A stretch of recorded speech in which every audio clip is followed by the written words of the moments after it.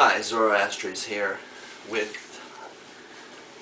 the OKC/DA sessions 2.0. I was going to call them the banana bread beer sessions, but I'm out of banana bread beer, and any further alliteration, such as the banana bread beer bathtub sessions, well, we have other people in the bathtub right now, so here I am on the sofa. Anyway, here we go. Catastical's question is, what is your favorite childhood memory and why? How do you think it has affected you as an adult? I don't want to sound like I had some idyllic childhood free from trauma and catastrophe, because there was plenty of that, but I have a lot of really good childhood memories, so I'm gonna have to come up with a category of memories as opposed to a single memory, because there's just like, I mean, yeah, there's some beautiful times. But I'd say overall, the positive memories that have probably had the most impact on me moving through life were the ones that had to do with my grandfather and exposure to, say, nature, just things out and about the world. My parents, weren't particularly political, they weren't particularly religious or philosophical, or, like to be outside or whatever. But my grandfather took me around the neighborhood and with a book of trees and taught me the different trees. And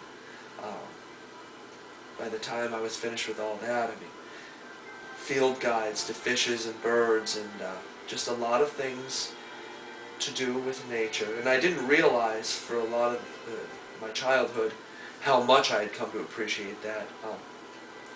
Probably not until I was 17 and did acid, and then it hit me like a ton of bricks, like, whoa. And it's, not only do I have an appreciation for this, but suddenly I could articulate and pinpoint exactly when and where that developed. Aside from that, I traveled a lot, and some of that was due to my grandmother on my father's side, and some due to my father. And those memories gave me the travel bug. So between the combination of my father and grandmother, it's the travel and adventure bug, and because of my grandfather on my mother's side, my love of nature. Ooh, the Color Kittens book. I have to mention the Color Kittens book. I had this big moment of like, oh, also one other thing relating to the nature and travel and everything, because it kind of goes hand in hand. Early childhood memory. The Golden Book, the Color Kittens. Seriously. I love colors and everything. Meadows and brightly colored clothes and rooms, and as a little kid, these simple drawings were like magic. I just found this whole book so cool, and so that qualifies. That could have been a single answer, but I'm going to do that. Cole Anthony wants to know, which do you find more satisfying and why? Solving complex problems with rational thought or being able to work well with your hands? There's really only one that I've had enough experience with to say that we're talking about doing well at. Which one of the, which do I enjoy? Solving complex problems with reason and logic. It's hard to look at it that way from the point of view of someone who loves philosophy, but I love addressing problems with logic and reason. That gives me a lot of satisfaction, and I like to spend time on it. I work with my hands at work, my mind a little bit too. They're I don't have a problems at work more complex than I'm ready to handle sometimes. But I do enjoy working with my hands artistically. I don't profess to have any real talent, but you can see those masks up there are mine. You can see the little bottom of a painting. I've done one, and that's little cottage is mine. There's some pictures I can link you all to where it actually kind of looks like that's a real cabin in a swamp that I built. But I'd say overall, I'd have to say solving complex problems. Solutions be damned. I like addressing them. Bob Nietzsche's question is, do you have much hope for us as a species, considering how powerful our technologies have become and how little we have evolved ethically and morally?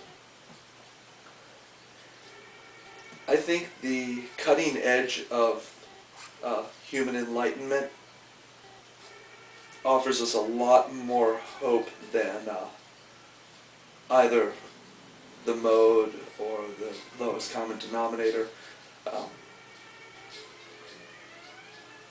We tend to respond to anecdotal evidence, and we see a lot of regressive morality and enlightenment. But I think that what's important is what there is in the way of potential, because when the shit really hits the fan, we eventually it doesn't seem to be the case right at the moment in history, but I mean, whatever, it's hard to have a good perspective when you're in the middle of it. But I think we look to the cutting edge of human enlightenment in times of need. We're always in a struggle between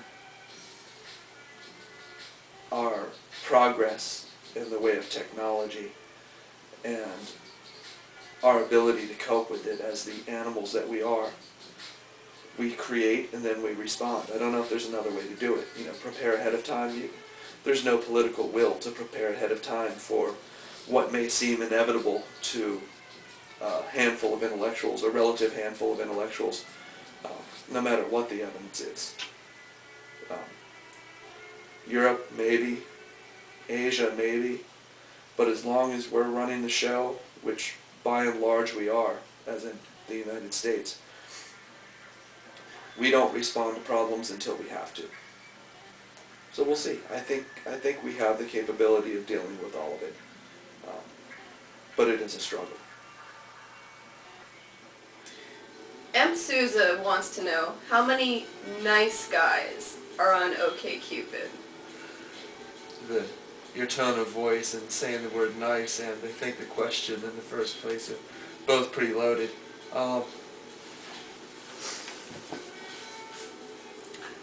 Not fucking many. And amongst those who call themselves nice guys, there certainly are not any. There's nothing I can say in response to the nice guy thing that hasn't been covered 1,000 times. But apparently some people miss it each time, so I'm going to conjure those words that are quickly becoming trite. False dichotomy. It is no nice guy versus asshole situation. There are many qualities that so-called nice guys are chalking up to other guys being dicks or assholes or treating women like shit that have nothing to do with that. It's just good guys. Women are looking for good men. There are exceptions to the rule. I'm sure there are some women who like to be mistreated. There's guys who like to be mistreated. But for the most part, how many nice guys? That's easy. 8.